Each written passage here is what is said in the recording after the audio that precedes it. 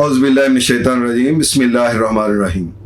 अस्सलामुअलैकुम ख़वातीन हज़रात, मैं हूं आपका होम्योपैथिक डॉक्टर रिजवान साकिब और आपसे मुखातब हूं शमा होम्यो क्लिनिक लाहौर पाकिस्तान से।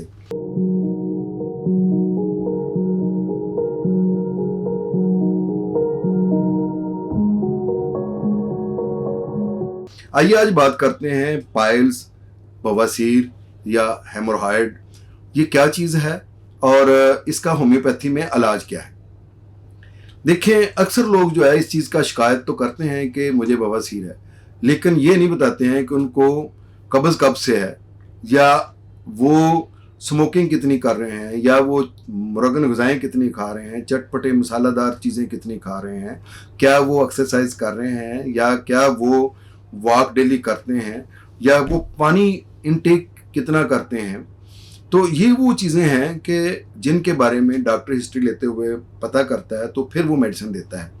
बवासीर बाज़ औक़ात ख़वातीन में हमल के दौरान में बड़ी शिद्दत के साथ हो जाती है। बाज़ औक़ात ये होता है कि डिलीवरी के बाद बहुत शिद्दत की बवासीर होती है, उसके लिए अलग मेडिसिन है। ज़ाहिर है उनकी ये कोई मुश्किल बीमारी तो नहीं है, ये अचानक मसला हुआ है, तो इसके लिए अचानक मसले के लिए कोई ऐसी ही मेडिसिन देनी चाहिए कि ये मसला इस दफ़ा हल हो जाए।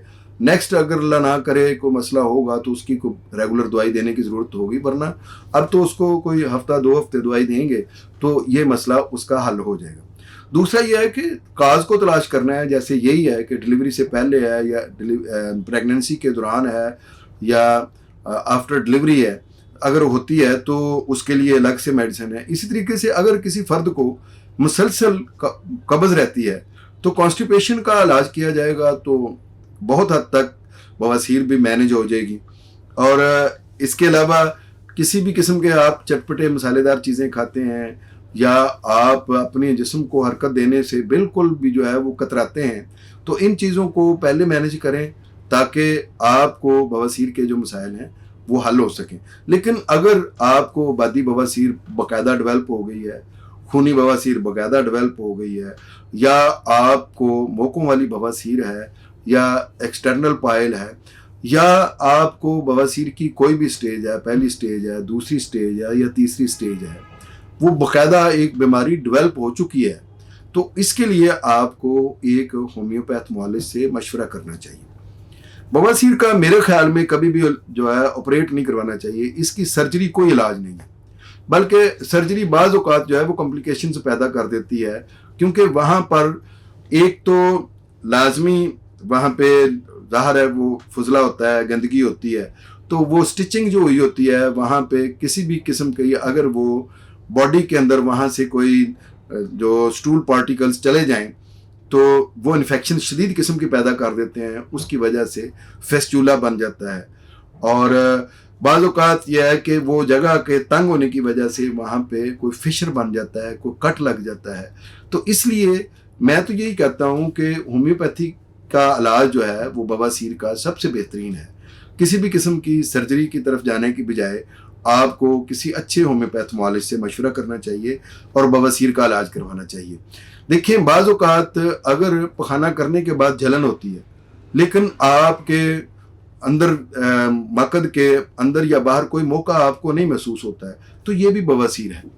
अगर आपको कब्ज़ भी नहीं है और आपको कोई मौका भी नज़र नहीं आ रहा, लेकिन एनस में खारिश रहती है, तो ये भी बवासीर की वजह से हो सकती है। और भी बहुत सारी वजह हो सकती हैं, जैसे ये चमूने या कद्दू कीड़े जिनको हम कहते हैं, तो उनकी वजह से भी वहाँ पे हो सकती है खारिश। लेकिन ज़्यादा वजह जो है वो ये होती है कि और अगर आपको ब्लड आ रहा है स्टूल के साथ, ब्लीडिंग हो रही है पखाने के साथ, तो इसका मतलब है कि ये भी एक बवासीर की अलामत है। और अगर आपको बैरूनी तौर पर कुछ मौके नज़र आ रहे हैं तो ये भी बवासीर है। अगर पखाने वाली जगह पर एनस पर कोई बड़ा या कोई मोटा कोई एक मौका सा बन गया हुआ है, कोई आबार आ गया हुआ है, तो ये भी बवासीर की अलामत है। अगर पखाना करने से पहले कोई किसी किस्म का मौका नहीं है, लेकिन पखाना करने के बाद आपको कुछ देर के लिए मौके महसूस होते हैं और वो फिर अंदर चले जाते हैं, तो ये भी बवासीर है। अगर पखाना करने के बाद आपको वहाँ पे शदीद दर्द रहता है और वहाँ पर कट सा महसूस होता है और डंग लगने सा दर्द है, तो ये भी बवासीर की अलामत है। तो इसके लिए होम्योपैथी में बहुत सारी मेडिसिन है। जैसे अगर शदीद किस्म का दर्द भी होता है और डंग लगने का सा दर्द होता है और मकद के बाहर मुंह के लटके हुए हैं, तो इसके लिए डायस्कोरिया बहुत अच्छी मेडिसिन है। अगर आपको पखाना करने के बाद शदीद दर्द होता है लेकिन मुंह के महसूस नहीं होते हैं, तो इसमें सीडम एक्रे बहुत अच्छी मेडिसिन है।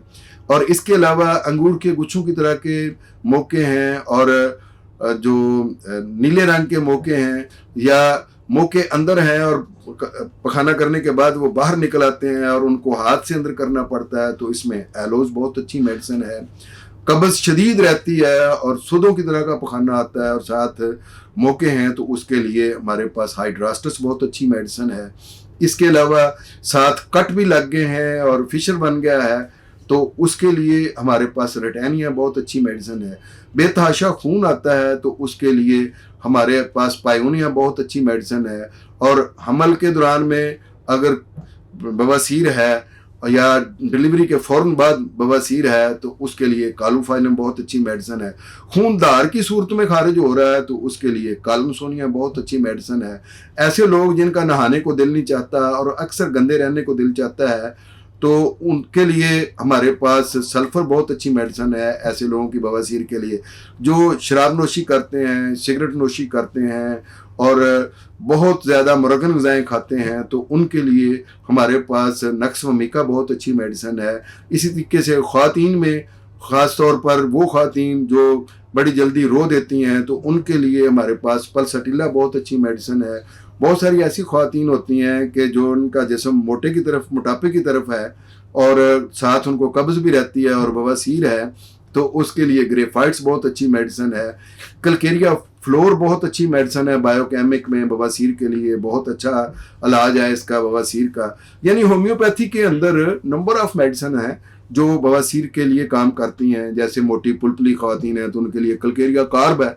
तो मैं अगर मेडिसिन के नाम देता जाऊंगा तो शायद वो ख़त्म ना हो, लेकिन बात तो यह है कि हमें बवासीर का इलाज करना है। तो इलाज कैसे करेंगे? इलाज इस तरह से करेंगे कि आप एक अच्छे होम्योपैथ वाले से मशवरा करें, वो आपके पूरे सिम्टम्स ले, आपकी पूरी हिस्ट्री ले और आपके पूरे साइंस को देखे और उसके बाद ये फैसला करे कि आपको कौन सी मेडिसिन देनी है। जो मेडिसिन वो तजवीज़ करेगा उसको आप इस्तेमाल करें और इंशाल्लाह बगैर किसी सर्जरी के, बगैर किसी ऑपरेशन के आपकी बवासीर बिल्कुल ठीक हो जाएगी।